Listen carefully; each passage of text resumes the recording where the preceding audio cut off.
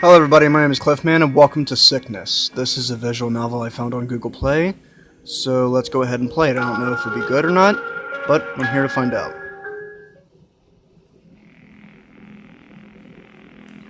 Murder. One of the most heinous crimes a person can commit. The act of taking another human being's life, the act of robbing a person of their already limited time on the planet.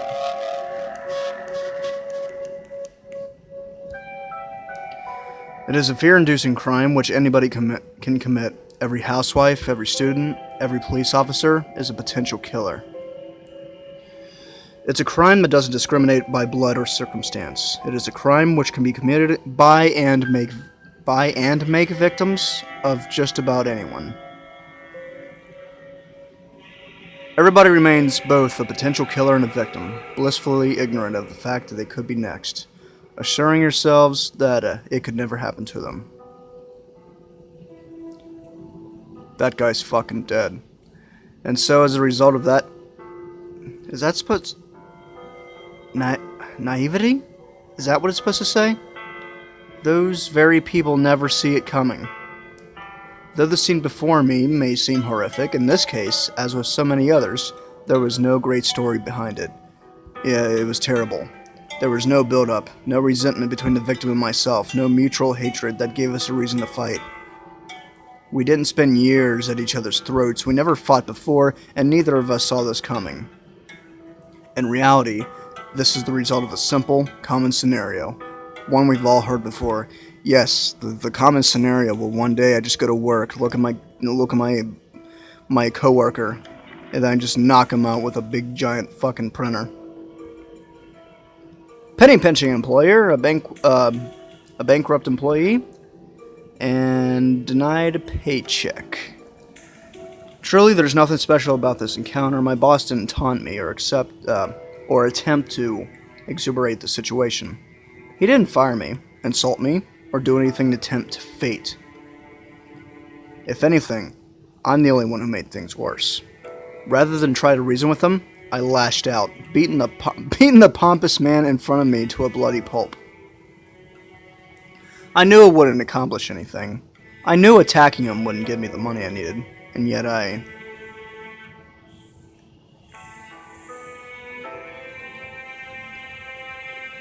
That's right. As self-righteous as it sounds, I couldn't let him get away with what he did. There's a lot better ways to deal with that. I can assure you. The money that greedy bastard owed me, a pittance to him, was everything to me. It would have fed my sister and I, secured our release for another month, perhaps even granted us a brief respite from the hell we were currently living. It was a shining beacon in our otherwise miserable lives. A way to ensure our survival during such a trying, stressful time. But because of that narcissistic whim, I hope I had repairing my broken life vanish. I'm gonna take a drink because my mouth is dry. Can't talk. And I don't think Pop's gonna help. He would deny me shelter, food, comfort, and for what? New seats for his car, a fancy watch, a new TV. And so, staring this injustice in the face, hearing firsthand how little my life meant to him, I snapped. Of course, as fitting as it may seem to reprocreate his difference in my life by taking his doing so was never my intention. True, I wanted to kill him, but I wanted to make him suffer by belittling my life, for denying me even a moment of peace. Can we get to the game, please? But then I realized, as I can see clearly now, that lashing out wouldn't solve anything. So why did I do it? Why did I resort to this? Why would I deliberately choose this no-win situation? If I were to commit a criminal act, why resort to violence rather than theft? If this were truly about my wages, why seek revenge rather than alternative means of compensation?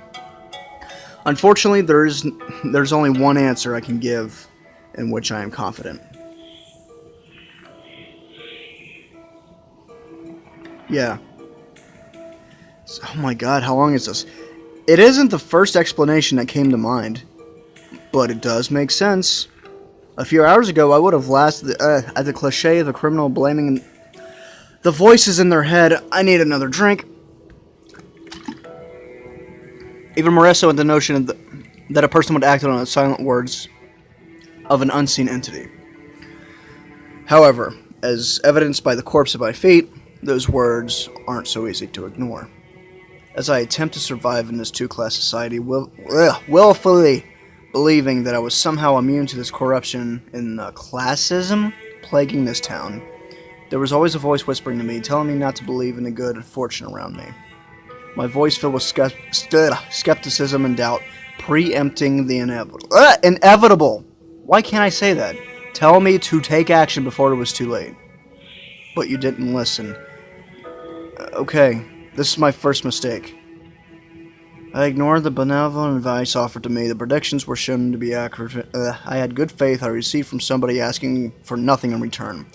When it told me to stay in school and live with the guardian, when he told me to seek work elsewhere, when it told me to look for a home somewhere safer, I didn't listen. Every step of the way, I fought against the sound logical advice as it offered. If anything, I made a point of doing the opposite of what the voice told me to do. Or at least, until you wanted to hear what you wanted to hear. Sure, yeah, can we get to the game? And that was my second mistake. Oh my god. It wasn't that I refused to heed the voice's advice. I simply wasn't interested in taking the safe, responsible route. So by the time that the violence had become an advised course of action, my path had already been determined. How many minutes was that? More drink. Tonight's classroom. Monday evening, September 5th. Less than half an hour ago, in this very room, I committed a serious crime. A very violent crime. The kind of crime... Okay, I get it. I lost control. Oh my god. We just went through all this. Yes.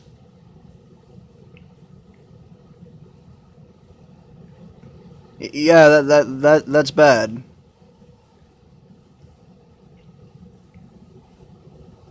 You gotta regain all that control.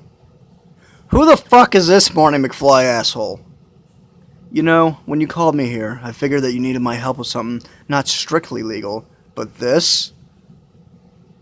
Sewell, my man, you have outdone yourself. You have a really bright future ahead of you. I don't know if this is after or before the crime, but I feel like he's being sarcastic. Unfortunately, given my dire situation, my options were quite limited. Staring an imminent prison sentence in the face, I called upon Marcus, a co-worker of mine. So he's basically the wolf. Contrary to the crappy dye job and his lean figure, Marcus is a man of many trades, several of which aren't entirely legal. Since the moment I began working here, Marcus has been open about his criminal dealings more than once about hitting that he could help me or vice versa. And now that things have come to this, it's time for him to make good on that promise. Oi, oi! Less talking, more lifting. I'm here to help you two out, not take... oh my god! Drink.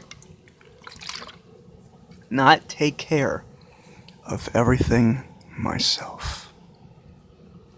Second Marcus saw our boss in his current state, he understood the situation.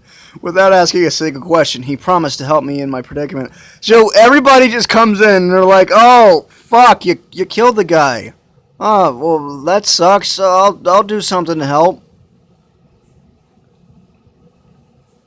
Oh, okay. Drag the body. Don't be like that. Surely a big, strong man like you can't lift a weedy piece of shit. Oh my god, I can't say that. Piece of shit by yourself. And get this poor sap's blood all over me in the process? Either give me a hand or do this yourself. Marcus and his acquaintance carried the boss in the stranger's van, which was parked outside the Muto's office. Thanks to the proximity of the boss's office, nobody heard a scuffle in the machinery within the warehouse, and Marcus's acquaintance was able to block visibility and access to the office with his vehicle. Even so, despite knowing how the fortune of my circumstances were, I couldn't help but feel anxious. Yeah. Why would you talk about it? I'm pretty sure he won't. No, it doesn't.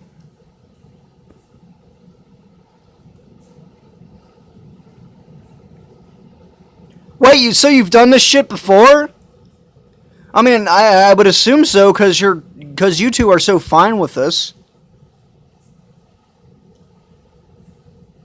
He's the wolf from Pulp Fiction. Anyway, I'll handle the disposal. You two clean up in here, alright? You're the boss, Andre. You must leave the rest to us. After all, that will give us time to talk about repayment. And there he is. It's not reasonable for Marcus to expect anything in return. I called on him knowing full well that I needed to repay the favor. Even so, just thinking about how he'd expect me to repay something like this. What do you have in my mind? What do you have in mind exactly? Oh, nothing big. At least not for someone like you. But really, before we get into that, I gotta tell you. I picked you as a fighter the moment we met. But to actually kill somebody, I mean, I seriously underestimated you. Oh. But you did. And you are now a convicted killer. With that in mind, I have the perfect job for you. I'm sure he does. But given the events leading up to this moment, I have to ask. Is it a legal job?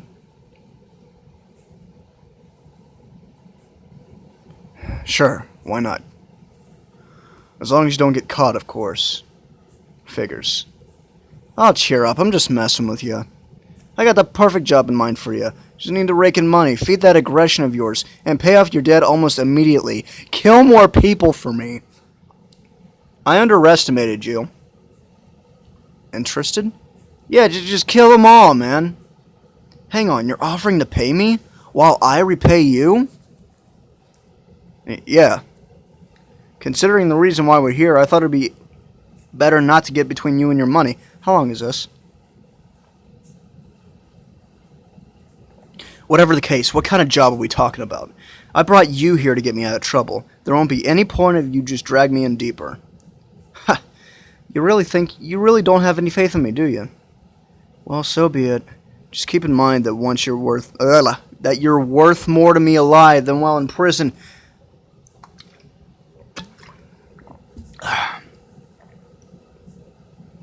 That is a fair point. Now that you have a choice anyway. If you want to keep if you want all this kept secret, then you're going to have to do exactly as I say. I haven't talked all day. Oh my god, look at this 2003 kids' Bible movie kind of shit going on here. Richmond, a town riddled with crime and corruption. Richmond is a vast town, a collection of smaller districts, each varying significantly in terms of wealth, ethnicity, and population density. Large enough to entrap millions of everyday citizens, yet dense enough to suffocate any who dare reside within. It's a complicated town, misunderstood even by those living within its walls. Drink. Millions.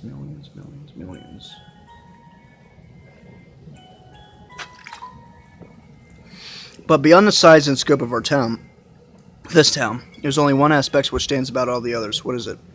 It's a concentration of wealth.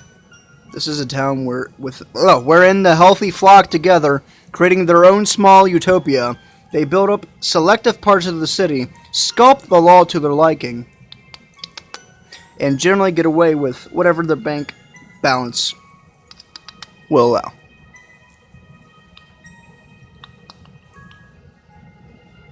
Yeah. Put simply, this is a two-class society, heavily favoring the...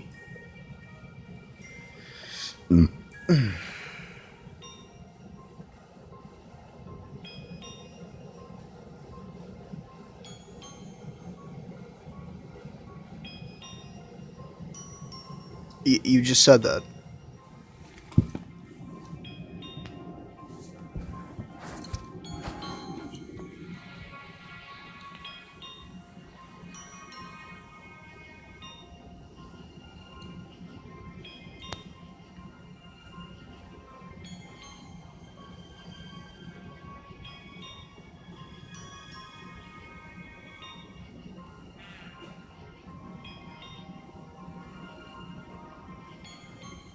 Finances.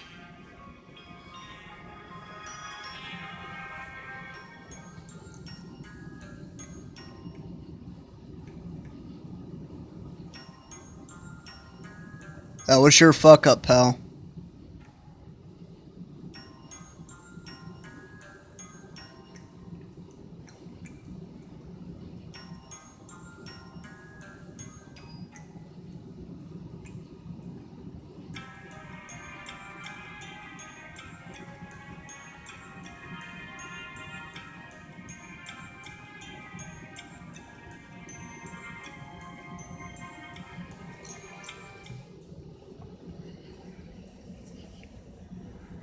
Can I move?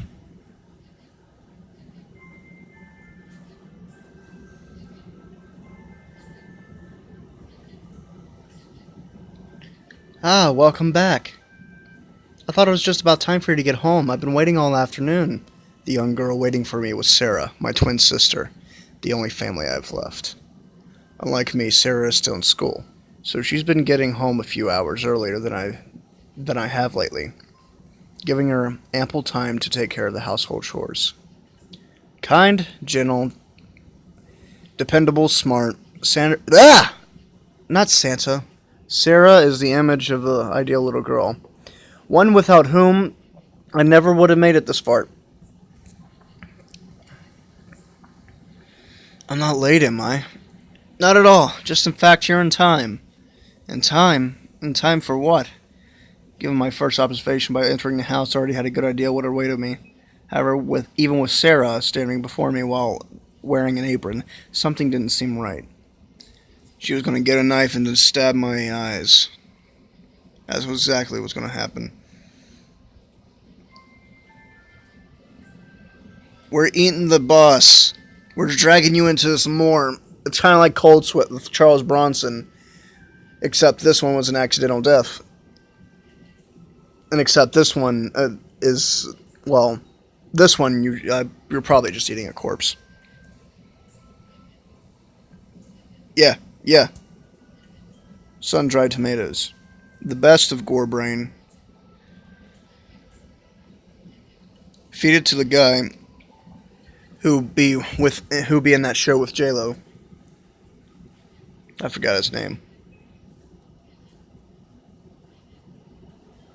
He was in Goodfellas.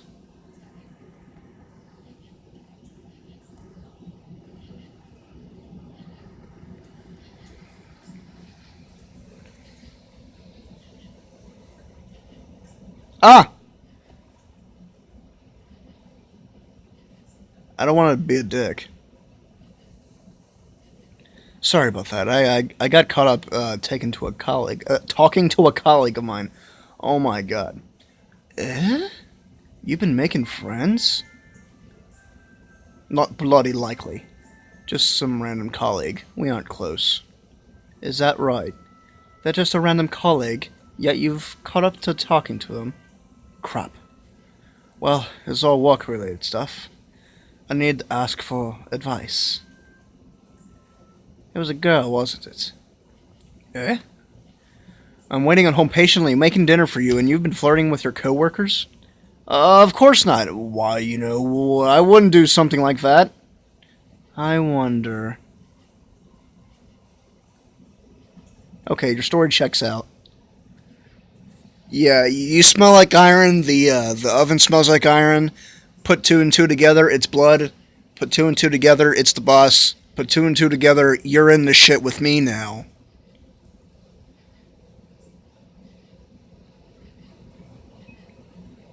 Stab him.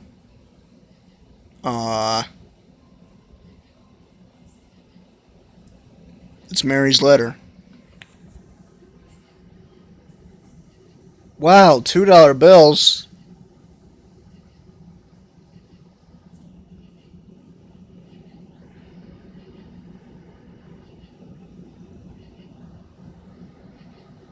You could.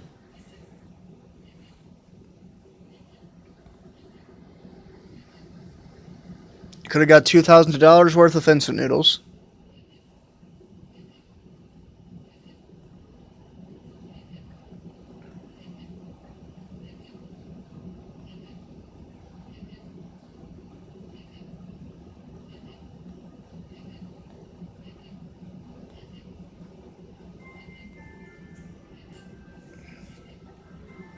That's a nice house you got there, Chief.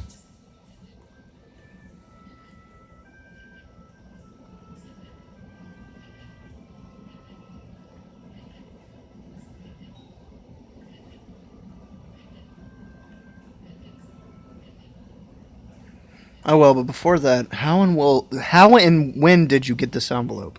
Did your boss tell you the envelope was mailed here sometime today?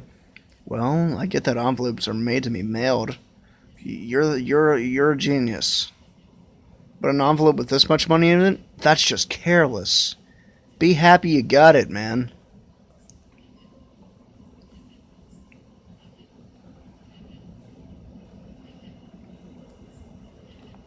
I don't have much time on this damn thing. Well, I won't be able to get through this, but this is heavily visual novelty, so story seems to be really good from what I can tell. I don't understand the whole like everybody's calm about the dead body thing, but I'm pretty sure there's a reason. But other than that, thank you all very much for watching. I'll see you in the next video before this thing decides to quit for me. Goodbye, ladies and gentlemen.